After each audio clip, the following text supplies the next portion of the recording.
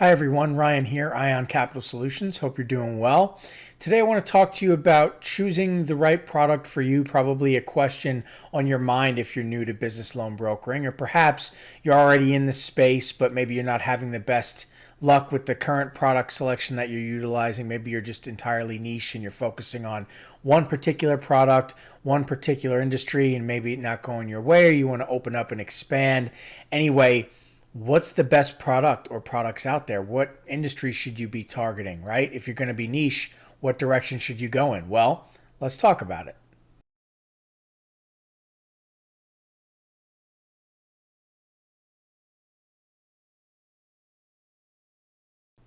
Okay, so here we are at the drawing board, right? We're trying to understand there's many different ways to go about this, but which one is the right one for us, right?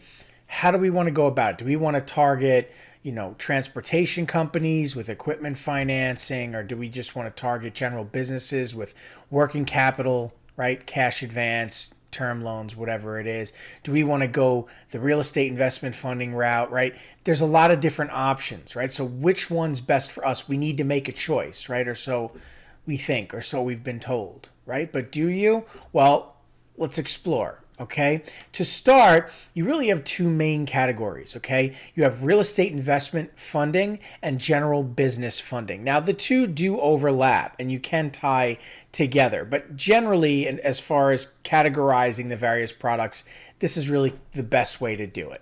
Okay.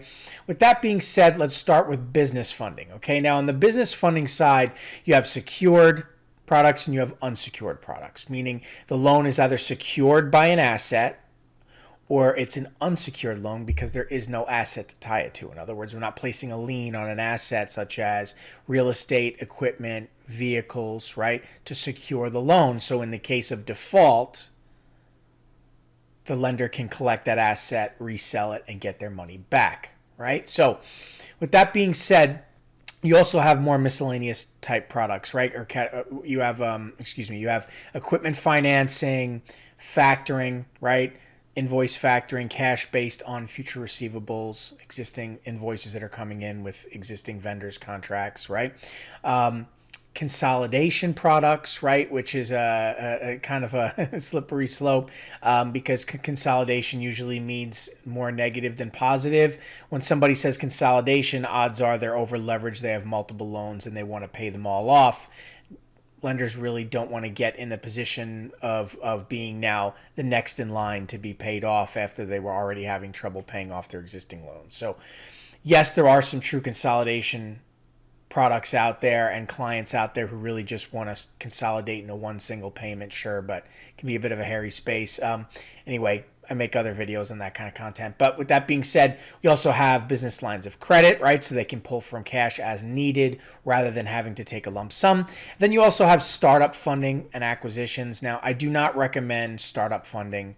I do not recommend being in acquisitions. Now, understand that, as far as the acquisition side is concerned, I mean, this isn't Shark Tank. We're representing, private money lenders that are offering their money to businesses, sure, but they're not giving, Joe Schmo who wants, $2 million to acquire somebody else's business in the hopes that he'll somehow be able to run that business and pay that money back. It's no one's going to take that bet, and that loan brokering isn't that kind of thing. It doesn't work like that. And getting a small business startup some capital, right? They're 20,000, 25,000, whatever it is not a good bet either because most business startups fail and don't actually turn a profit for many years. And so you end up in a position of default and claw back on commission. And I just don't recommend either of those areas, especially for somebody new to the game.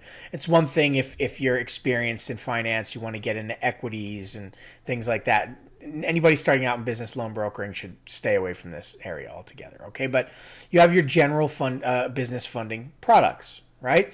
And then on the real estate investment side, you have new construction loan products, purchase loan products, right, to purchase a property, portfolio, right, which means a multitude of properties, a multitude of products all tied together.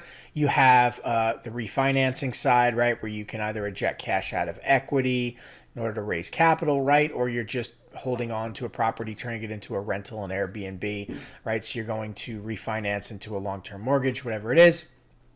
You have the commercial side, right, as opposed to the residential side.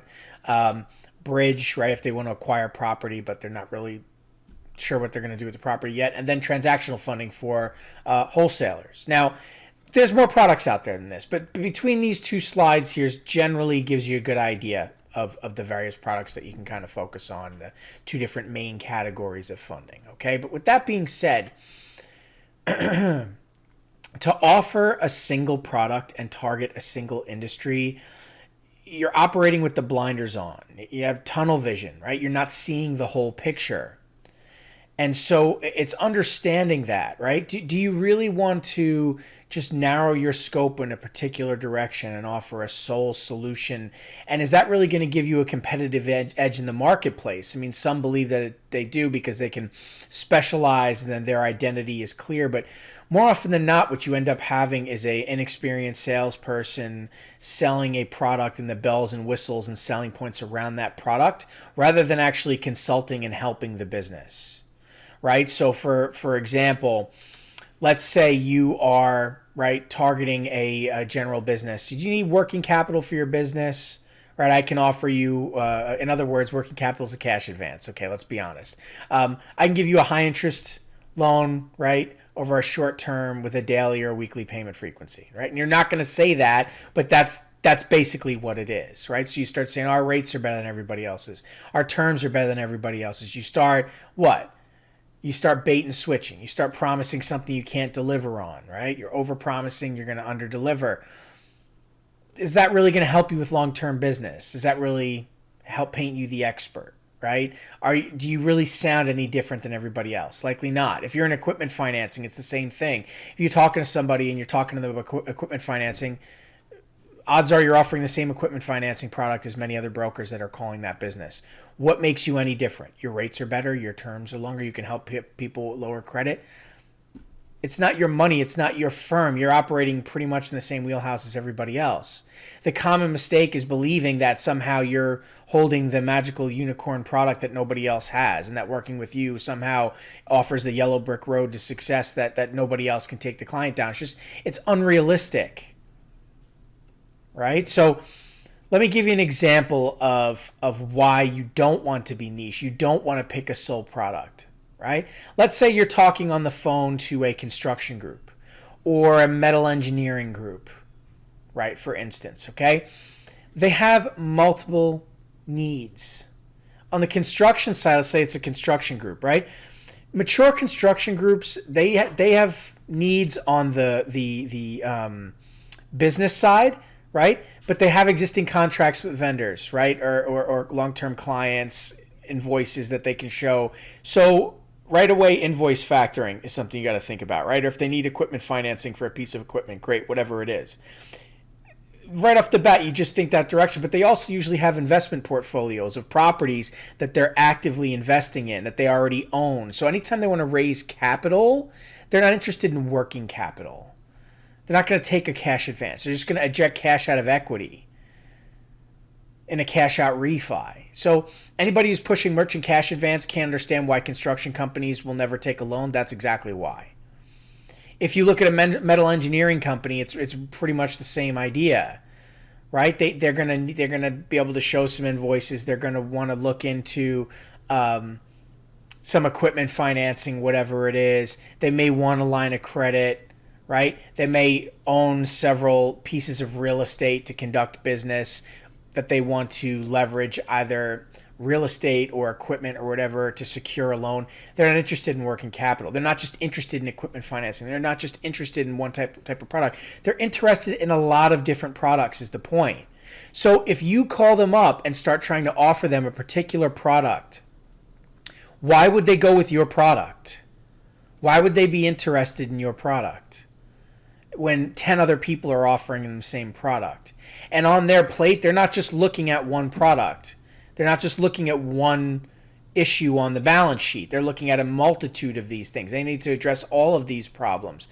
Do you have a seat at that table? Can you help them with their long-term needs? Can you put a financial plan together to help them with their needs for the year, for the next 10 years, whatever it is? If you can't, you're just like everybody else. So do you really want to be niche?